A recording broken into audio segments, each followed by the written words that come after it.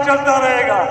उस परचम की सरबुलंदी के लिए जो 5 अगस्त 2019 में उस मासूम से छीन लिया गया, लेकिन पिछले साल हमने इसका आगाज किया और ये तय किया कि हम आजादी के बेस कैंप में इस परचम की सरबुलंदी के लिए हमें जदोजहद करना पड़ेगी।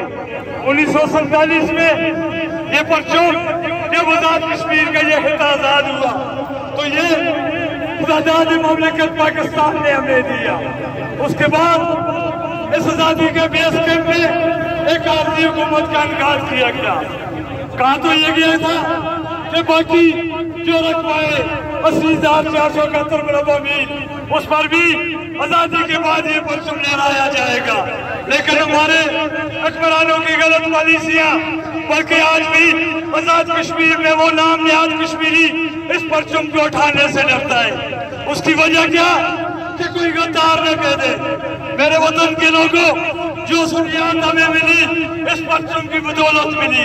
आप कश्मीरी हो, आप अपने आधा रियासत के लोग हो, इसलिए हमने ये ऐद किया है। बल्कि अब एक्शन कमेटी के ये लोग अहमियत अजरान CPM हर मतबे करके वो लोग जो उस झंडे के नीचे आ गए, हमने रंग बिरंगे एजेंडे साइड पर कर दिए और यही वजह है कि हम कामयाबी की तरफ आगे बढ़ रहे हैं।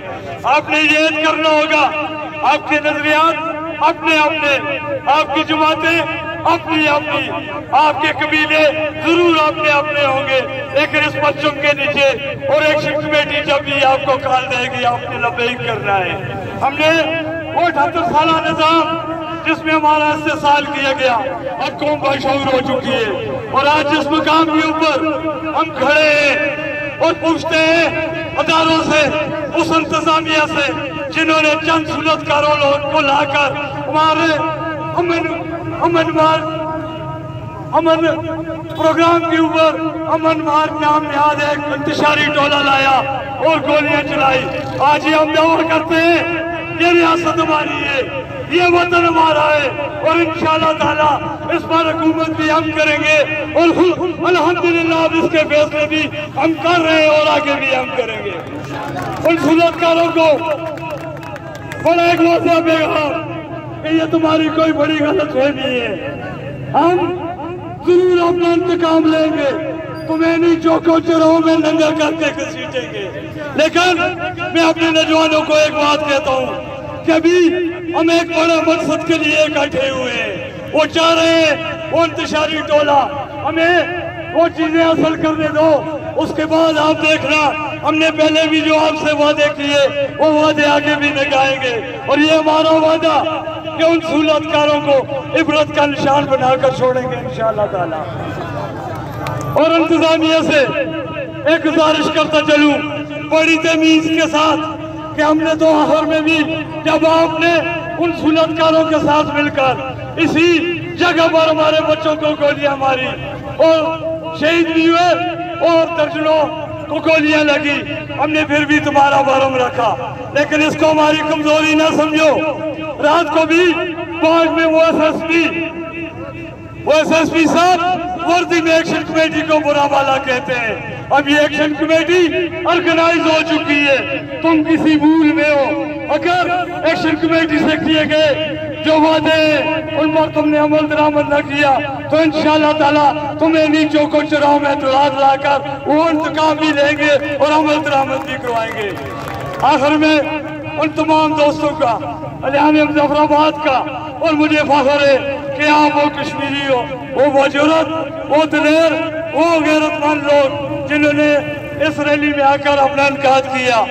जीप क्लब के लोग, CPM के लोग, अन्य नेता जान के लोग और मेरे काउंसलर साहिबान, उन तमाम दोस्तों का शुक्रिया और हर मकतबे फिक्र से रखने वाले, ताल्लुक रखने वाले उन तमाम दोस्तों का शुक्रिया, सिविल सोसाइटी के तमाम अहबाब का शुक्रिया।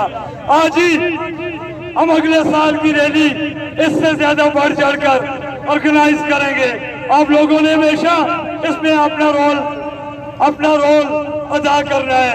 मैं आखिर में तुलबा का भी शुक्रिया अदा करता हूँ और हमारी इस तहरीक में जिन्होंने रीढ़ की हड्डी का किरदार अदा किया।